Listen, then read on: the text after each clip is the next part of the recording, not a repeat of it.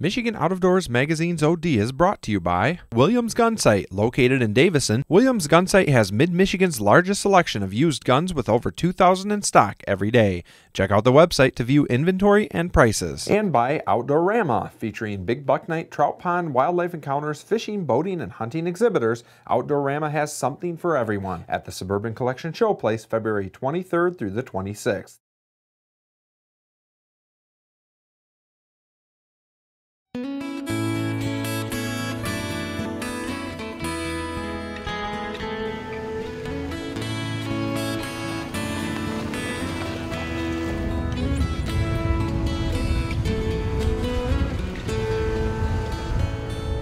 What are we doing here today?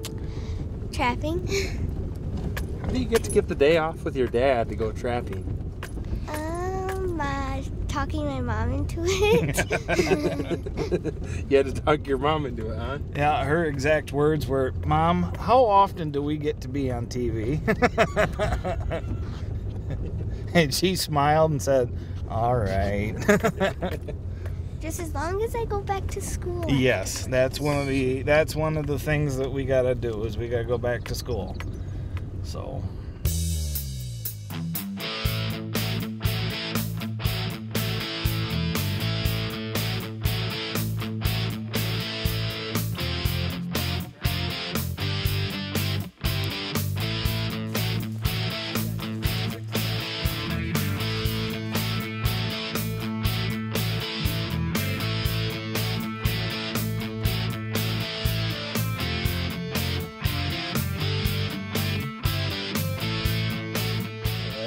this is another mixture of salmon and another additive and some fish oil. And the fish oil, I don't know if the camera can see it, but it will actually, the fish oil will actually, just oil and water don't mix, so it'll go downstream and it'll also bring up raccoons or anything else. As we found out, we have a raccoon, so I got to release him. The trap I caught him in is a 1.5 coil spring. He's on a fox drag. I usually put him on a fox drag back in here because it gets him out of the water. And this time of year, hypothermia, yeah, it'll kill them. But I don't want them to be cold, and hypothermia is not a way to go, in my mind. So I put him on a fox drag, get him up out of the bank, out of the water. The misconception of people with traps is that they're bone crushing, that that they just tear your limbs off. No, he is uninjured. There's I don't see any blood. His paws might swell up just a little bit, but there's no fur damage that I can see right now. His paws aren't broke.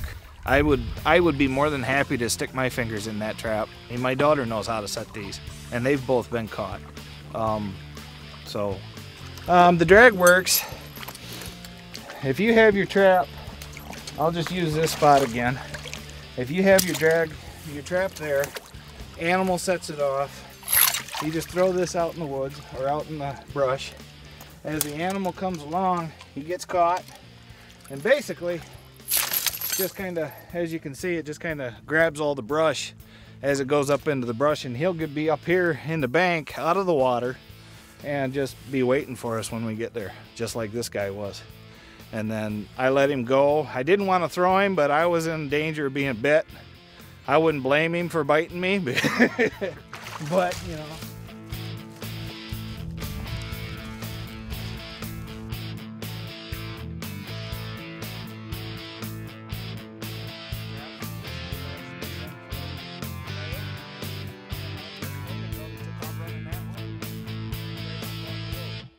First, you would put these down, and then you would spread the jaws apart. Put the loose straw up, then you would use your fingers and prop the pan up, and then you would take the dog and put it under the pan area thing. Yes, ma'am. Then you're all set, huh? Very cool. Well, it's late in the season. We went out on the trap line this morning. We didn't catch anything. I did want to show a brief segment on how to skin something. I do have an old raccoon that I had caught quite a while ago before the end of season. He does need to be skinned. So I figured I'd show you a quick brief thing on how I skin. You want to rub your hands on him. Make sure that there's no big burrs. If you feel one in the fur, you definitely just want to kind of brush it out. You want to brush him. You want to make sure all the burrs are out in the fleshing process. If you don't get the burrs out, you're gonna have holes, big holes. So definitely make sure that you don't have any burrs. I start right here at the back paw, the back heel, right at the base of the heel. I make one slice all the way around. And just remember, what you do on one side of the raccoon, you want to do on the identical thing on the other side. Once you get both paws just like that, I use just a regular tile knife. I take a sharp hook and I put it through his back paw. That just gives me something to pull on a little bit. And then this is his pelvic bone right here. Males and females are just built about the same. Males' urinary tract is usually up a little higher. Females are back here. This is the anal vent. You want to basically make a cut right across here, just above the anal vent and urinary tract. Since this is a female, it won't take very long. Just go right straight across to the other side. That opens it up real nice, just like that.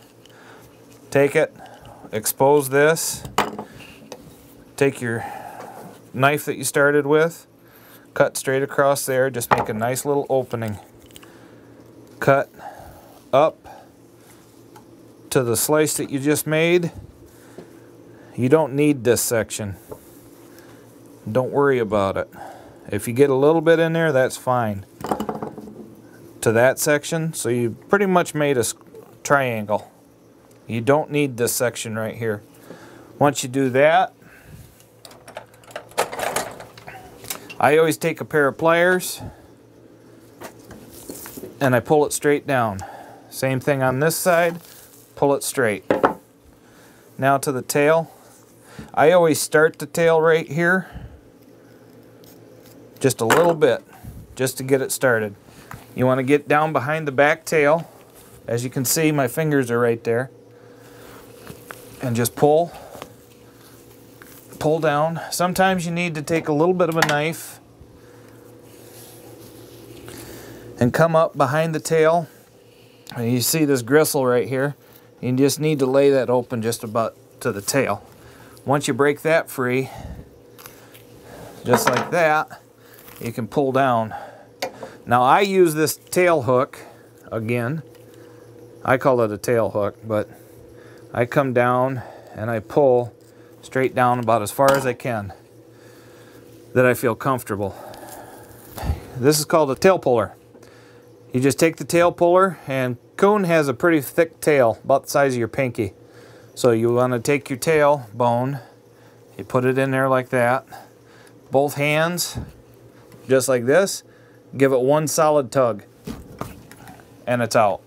You got to make sure this is split all the way to the tip, because if you don't, the grease and the fat will actually puddle up and run right down the tail, and you'll go to put it on the board and this will pull right off.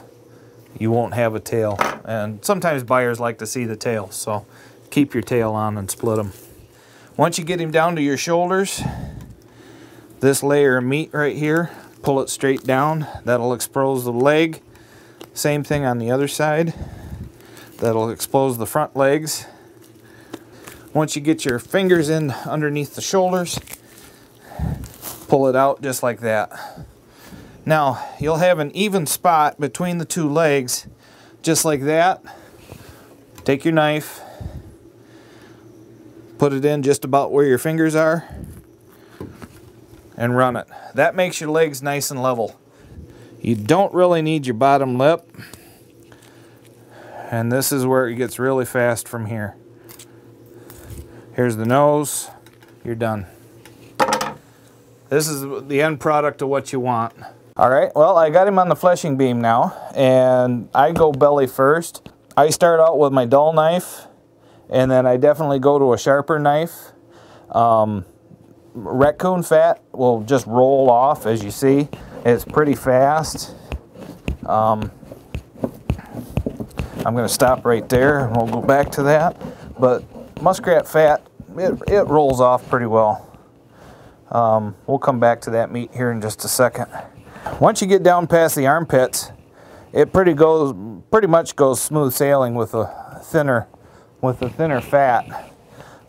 You can take a rag with this thin apron or with this slick apron on. A raccoon will slide right down your board. If you take a rag and put it against your belly, you can actually hold him in place. So just roll it and then just roll the fat right off. You don't have to reposition your rag all that often.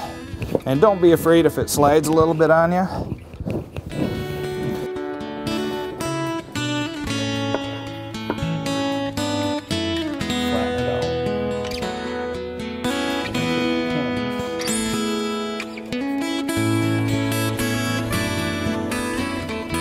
This one's nice and dry. I should probably make, at auction, I probably will make maybe 10 to 15 on this one. And in a good year. This year they're off a little bit, but I did miss a little bit of fat there. But that's pretty much what you want to do. Keep your damage to a minimum and make it look good. So we'll go from there.